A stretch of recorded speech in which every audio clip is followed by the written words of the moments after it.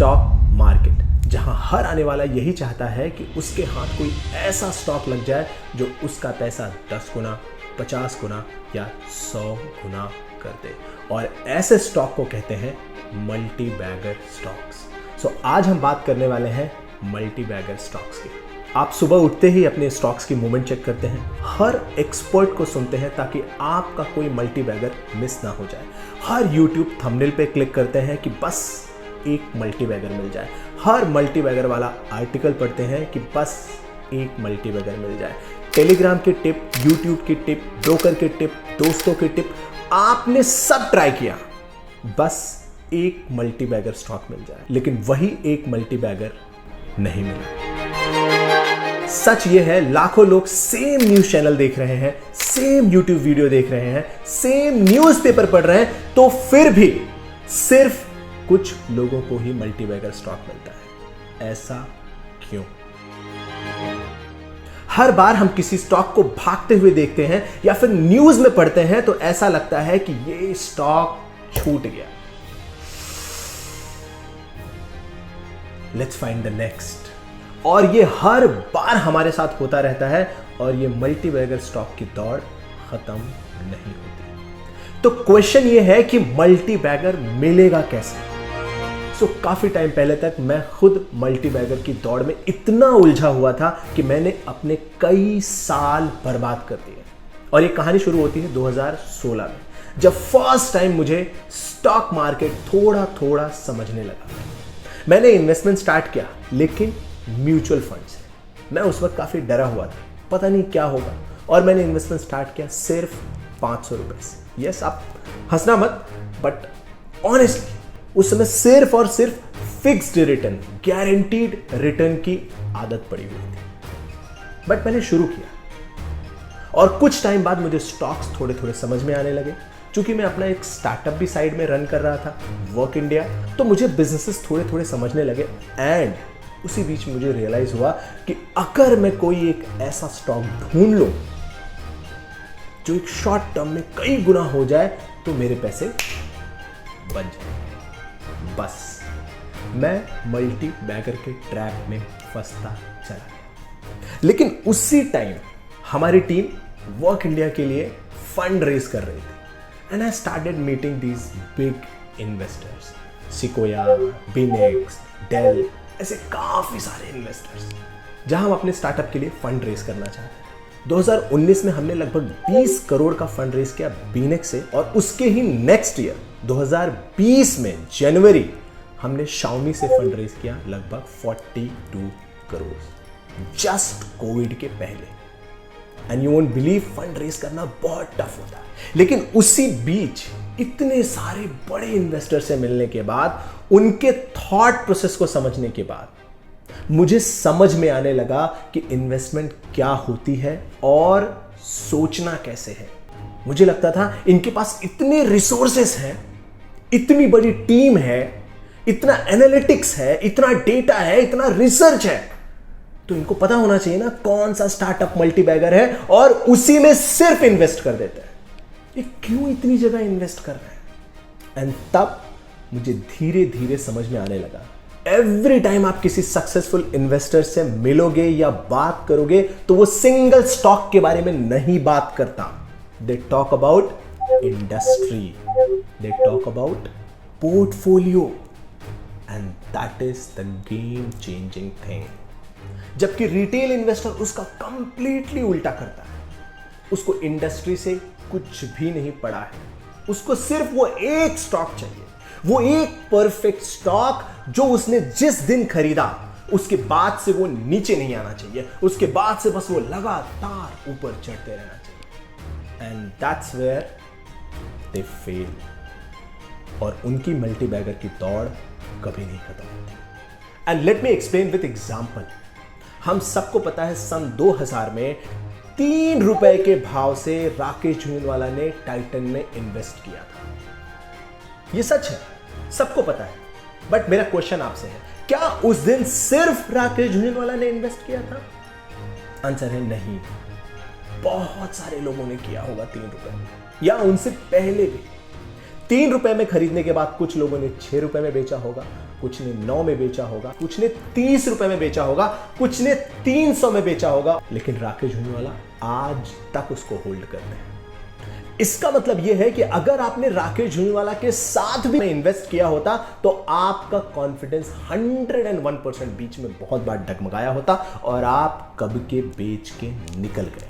क्योंकि ज्यादातर इन्वेस्टर्स की सोच फिक्स नहीं है, वो सिर्फ स्टॉक ढूंढ रहे हैं।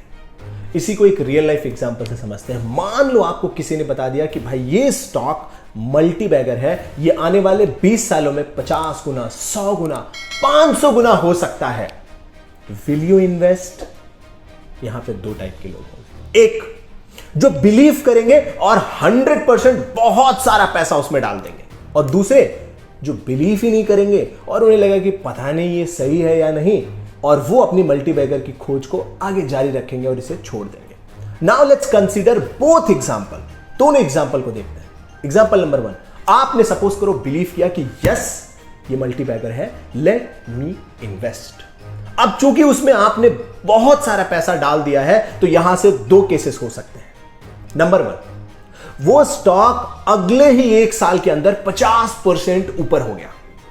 नाउ यू आर हैप्पी, अरे वाह ये तो 50% एक ही साल में दे दिया भाई साहब। आपको लगेगा कि अब तो पैसा मेरा बन गया। लेकिन अगले ही मंथ मान के चलो कोविड जैसी कोई केस आ गई या वॉर जैसा कोई सिचुएशन आ गया और आपका स्टॉक धड़ाधड़ गिरने लगा। हर महीने वो 10-10% डाउन होने लगा। 3 से 4 या 6 महीने तक जाते जाते आप इतने वीक हो जाओगे, आप इतने कमजोर हो जाओगे, आपको लगेगा कि भाई इसको निकाल देते हैं वरना घाटा सहना पड़ेगा। और आप हो सकता है 2% का प्रॉफिट या फिर 2% का लॉस लेकर के निकल जाओ। अगर आप 2% का प्रॉफिट लेकर के निकले तो आपको लगेगा चलो घाटा तो नहीं हुआ, और अगर आप 2% का लॉस लेकर के निकले तो भी आपको लगेगा चलो यार ज्यादा लॉस नहीं। And that's how you exit. Now let's see case number 2, जहां पे आपका स्टॉक लेते ही वो 50% भागा नहीं, 50% गिर गया। आप अभी भी डर जाओगे। हो सकता है आप डर के मारे 1 साल में उसमें से निकल जाओ, और यही ज्यादातर रिटेल इन्वेस्टर्स के साथ होता है। नाउ दूसरा केस लेते हैं जहां पे आपने इसको खरीदा ही नहीं था। आप 1 या 1.5 साल बाद देखोगे कि यार ये स्टॉक मैंने इतने प्राइस पे देखा था, वहां से ये 2 गुना हो गया है, लगता है बहुत ज्यादा हो गया है, अब जाने दो दूसरा ढूंढते हैं। और 5 साल बाद इन तीनों केस वाले पर्सन जब भी न्यूज पढ़ेंगे कि यार ये स्टॉक 5 साल में 20 गुना हो गया है, तो अगर किसी ने 1 लाख रुपया इन्वेस्ट किया होता तो आज उसका 20 लाख बन जाता। और आपको पता है क्या होगा? सिर्फ पछतावा। और इस तरीके से हर मल्टी बैगर स्टॉक की कहानी का अंत होता है, सिर्फ न्यूज पढ़ के। कभी भी कोई बहुत बड़ा मल्टी बैगर स्टॉक किसी रिटेल इन्वेस्टर के पोर्टफोलियो में लंबे समय तक रह ही नहीं पाता। कोई बाय तो कर लेता है लेकिन सिर्फ डिप पे बेच के पछताता है। कोई बाय कर लेता है लेकिन होल्ड ना करके पछताता है, शिट होल्ड नहीं किया। और कोई बाय ही नहीं करता और ये सोचता है कि काश मैंने बाय कर लिया होता। बट सच ये है कि अगर आपने बाय भी कर लिया होता तो भी स्टैटिस्टिक यही कहते हैं कि आप कब का बेच के निकल गए होते, क्योंकि आपको स्टॉक नहीं एक सही सोच फिक्स करनी है। और मैं 2016 से 2019 तक स्ट्रगल कर रहा हूं, लेकिन अभी भी स्टोरी यहां खत्म नहीं हुई। राकेश झुंझुनवाला का एक और एग्जांपल लेते हैं। मेरा क्वेश्चन है आपसे, क्या उन्होंने सिर्फ टाइटन में सन 2000 में इन्वेस्ट किया था? आंसर है नहीं। उन्होंने सिर्फ टाइटन में इन्वेस्ट नहीं किया था, उन्होंने टाइटन के साथ ऐसे बहुत सारे स्टॉक्स में इन्वेस्ट किया था। उसमें से सिर्फ एक टाइटन था जो बहुत ज्यादा बड़ा बना, बाकी भी बने, बहुत सारे बर्बाद भी हुए, लेकिन टाइटन इतना बड़ा बना कि उनके पूरे पोर्टफोलियो को वो बहुत बड़ा उठा ले गया। इसका मतलब राकेश झुंझुनवाला ने सिर्फ टाइटन में इन्वेस्ट नहीं किया था, ये रॉन्ग स्टोरी है। उन्होंने एक अच्छा पोर्टफोलियो बनाया था और उस पोर्टफोलियो में से 1, 2 या 3 स्टॉक ऐसे थे जिन्होंने धमाका कर दिया। तो जो हमारा मेन क्वेश्चन है कि हमें कैसे मल्टी बैगर स्टॉक मिलेगा, आंसर है आपको मल्टी बैगर स्टॉक नहीं ढूंढना है, आपको मल्टी बैगर पोर्टफोलियो बनाना है। एक अच्छा डाइवर्सिफाइड पोर्टफोलियो और उसको मैनेज करना है। ओवर द टाइम उस पूरे पोर्टफोलियो में से कुछ ऐसे निकलेंगे जो धमाका करेंगे और आपका पैसा बनेगा। अगले 2 मिनट मैं चाहता हूं, मैं जो कहने वाला हूं आप उस पर फोकस करो। सबसे ज्यादा रिसोर्सेस, सबसे ज्यादा डेटा और सबसे ज्यादा रीच, सबसे ज्यादा पैसा किसके पास है? म्यूचुअल फंड के पास है कि हमारे पास है? I mean, बड़े इंस्टीट्यूशन के पास है कि हमारे पास है? सत्य है कि इंस्टीट्यूशन के पास है। लेकिन फिर भी इंस्टीट्यूशन पोर्टफोलियो बनाते हैं, वो कभी भी सिंगल स्टॉक में इन्वेस्ट नहीं करते। और यही लाइफ की फिलॉसफी है। हम जब भी खेत में हजारों बीज डालते हैं, हमें पता है कि सारे के सारे बीज नहीं उगेंगे, लेकिन कुछ परसेंट जो उगेंगे वो हमारे डाले हुए बीज से बहुत ज्यादा रिटर्न देंगे। जब भी हम 10, 12, 15, 20 आम के पेड़ लगाते हैं, हमें पता होता है कि सारे के सारे आम के पेड़ नहीं बहुत बड़े बनेंगे, लेकिन अगर इसमें से सिर्फ 2 भी बड़े बने, सिर्फ 2 भी 100 साल तक भी रुक गए ना, ये पूरा रिकवर कर देंगे। हमें सिर्फ एक बहुत बड़ा जाइंट पेड़ चाहिए। और ऐसे ही इन्वेस्टमेंट है आपके पोर्टफोलियो में। अगर आप एक अच्छा पोर्टफोलियो बनाओगे तो आपको 2-3 ऐसे मल्टीबैगर ओवर द टाइम बनते हैं। मल्टीबैगर चूज नहीं किए जाते, समय के साथ वो बनते हैं।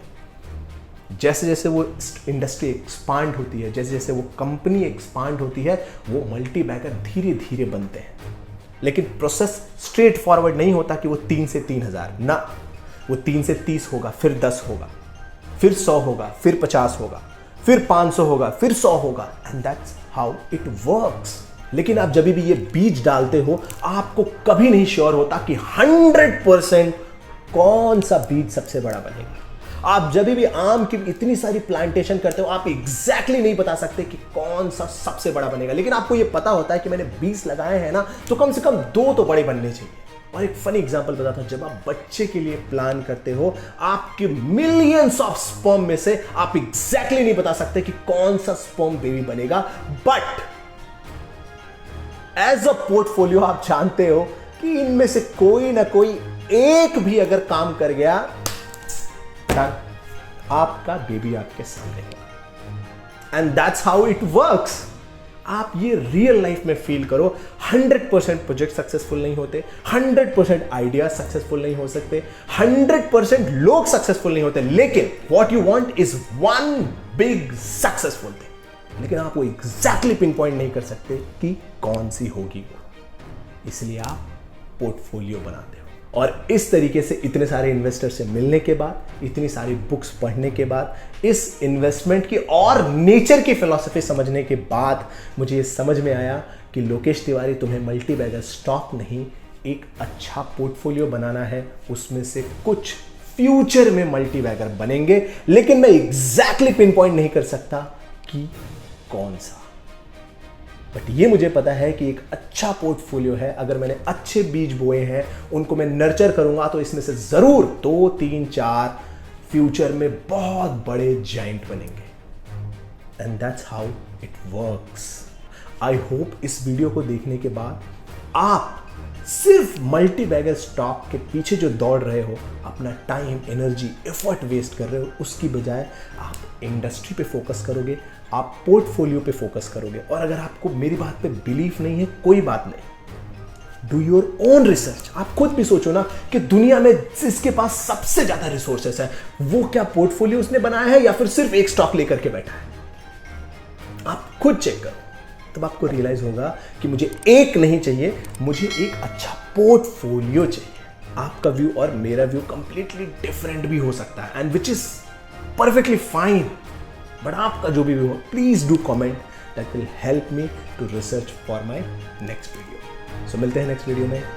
Thank you so much.